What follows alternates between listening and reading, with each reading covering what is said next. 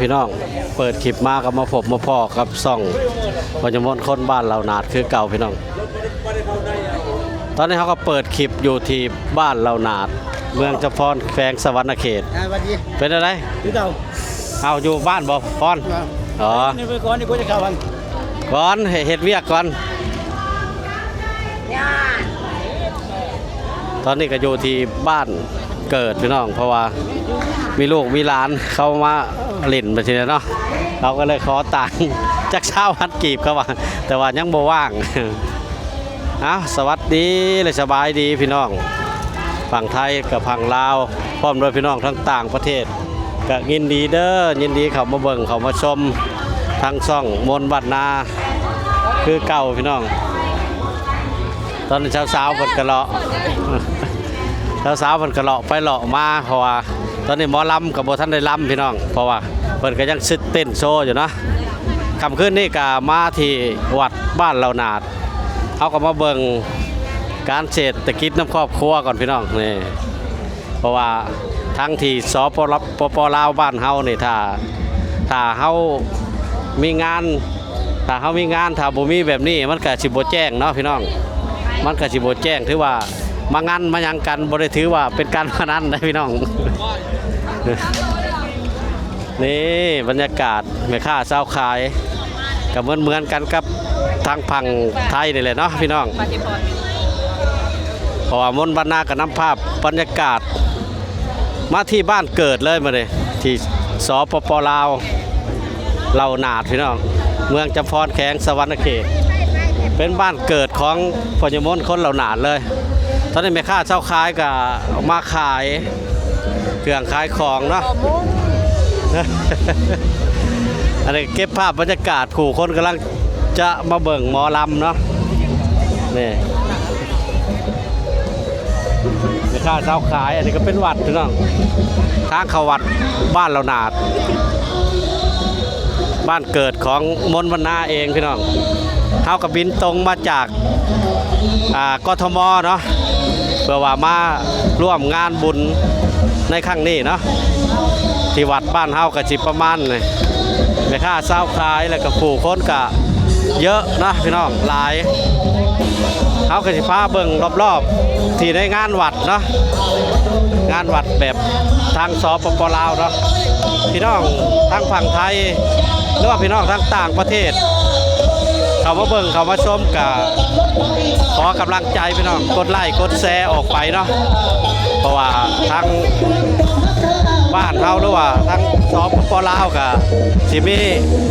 แบบนี้แหละพี่น้องบ้านเนี่ยคนเต็มเดินวัดเลยก็เฮาก็สิไปใกล้ๆบอนหน้าเวทีเนาะเพราะว่าอยู่กลางคืนมันก็สิมืดๆพี่น้องเอ้ยเพราะว่ากล้องเฮาก็เป็นกล้องแบบถ่ายกลางคืนก็บ่ค่อยสว่างเนาะเฮาก็สินับภาพบรรยากาศหรือว่าตอนที่พ่อแม่พี่น้องชาวบ้านเรานาดที่เต็มเดินวัดนี่แหละพี่น้องนี่คนก็มาเสียหน้าห้านกันเอาไปเบิ่งชมกันเลยนี่พี่น้องบรรยากาศพี่น้องบ้านเรานาดหลายคู่หลายคนที่เขามาเบิ่งเขามาชมนะนี่ตอนนี้กับเพลงสาวแหล่บ้านนาเนาะเขาก็เบิ่งให้พี่น้องเบิ่งบรรยากาศก่อนนี่คือบ้านเรานาดเมืองจำพรแขวงสวรรณเขตพี่น้องทั้ง USA หรือว่าพี่น้องทั้งฝั่งไทยเนาะตอนนี้ก็มีหมอลำสาวแหล่บ้านนาเนาะนี่เขาก็เบิ่งกันนี่แล้วเต้นแต่ก็เสียอาหารพี่น้อง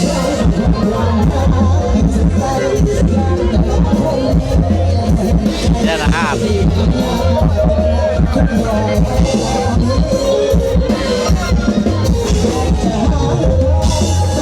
พี่น้องทางบ้านเรานาดเปิดมาเต้นเสียอาหารม่วนนะพี่น้องมีงานบุญงานขัดนี่หมอลำ ใจจากพี่น้อง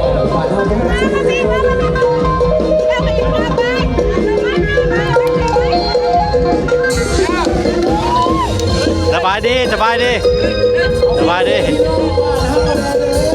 เสียอาหารพอดีแหละก็จะให้ลูกก็จะให้ลูกคนอยู่กรุงเทพ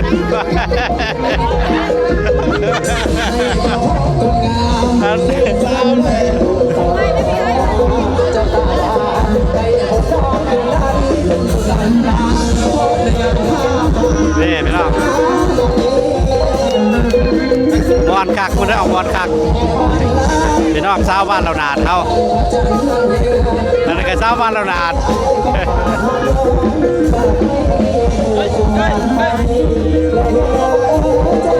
บอลให้พี่น้องเบิ่งเดี๋ยวเอาลง YouTube ให้ลูกเคยเบิ่งเห็นน้ำกันนี่แหละ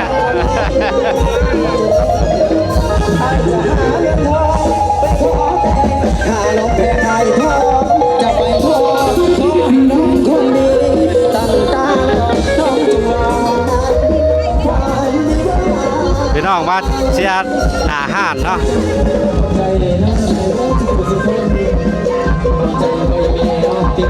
พี่น้องชาวบ้านเราหนาดคึกคักพี่น้อง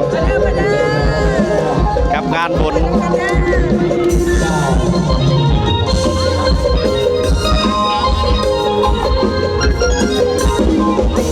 เสียกัน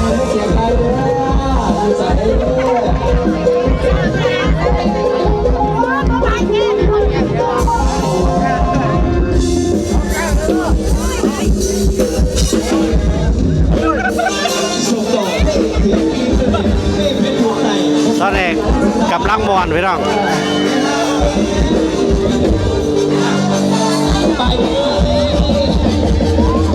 สาวไปหาแก่จะตายจนตามพี่เราปล่อยปลาละไหลพอเจ้าดีฟังเขาไม่มีเมียใหม่ที่บ้านเอาไปไม่เลี้ยงลูกสาวคน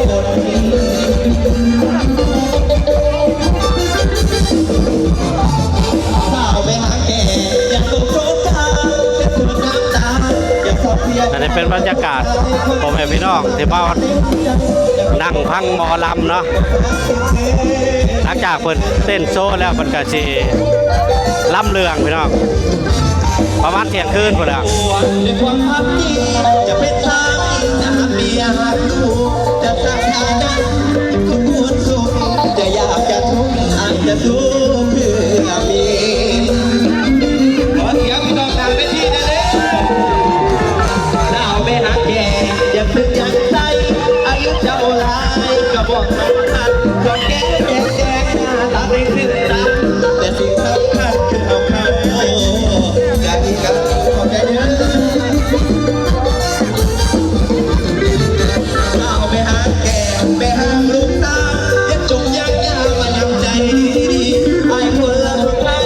เป็นผู้ที่ดีจนชีวิตดีแก่สาวไปหาแก่บ้านเราหนาที่ใครโอ้ขอเพียงจะให้เด้อโอ้ละให้คำที่เป็นเรื่องใจอยู่บ่เด้อเนี่ยขอใจเด้อสาวไปแก่เลยที่จะถึงรักที่เราไว้บ้านอะไรหัวใจดีที่ต้องสบายดีเพชรได้เพชรแล้วไปเพชรตั้งยูทูบนะอัดลงยูทูบแล้วตั้งเฟซบุ๊ก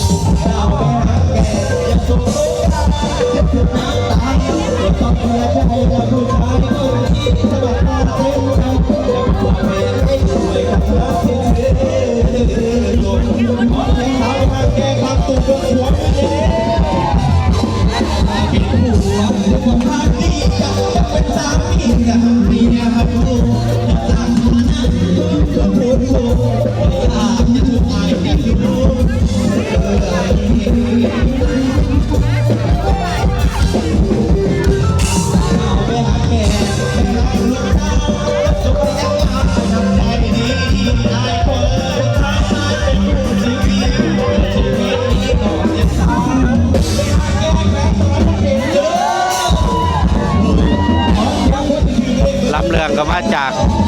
ภาคใต้จำปาสักพี่น้องลำเรื่องจำปาสักแต่ว่า บ้านที่เขามาแสดงมาเนี่ยกับเป็นบ้านเหล่านาดบ้านพญมดคนบ้านเหล่านาดนี่แล้วเนาะเอาพี่น้องมาตั้งแต่กันจะได้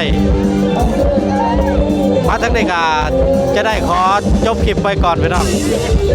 ถ้าชื่นชอบกับกดไลค์กดแชร์กดซับสไครต์น้ำเด้อพี่น้องอย่าพลาดคลิปใหม่ๆให้พี่น้องได้เบิ่งได้ชมเพราะว่าเขาก็สิปิดคลิปแล้วเขาก็สิถ่ายแบบเป็นตอนๆให้เบิ่งเนาะ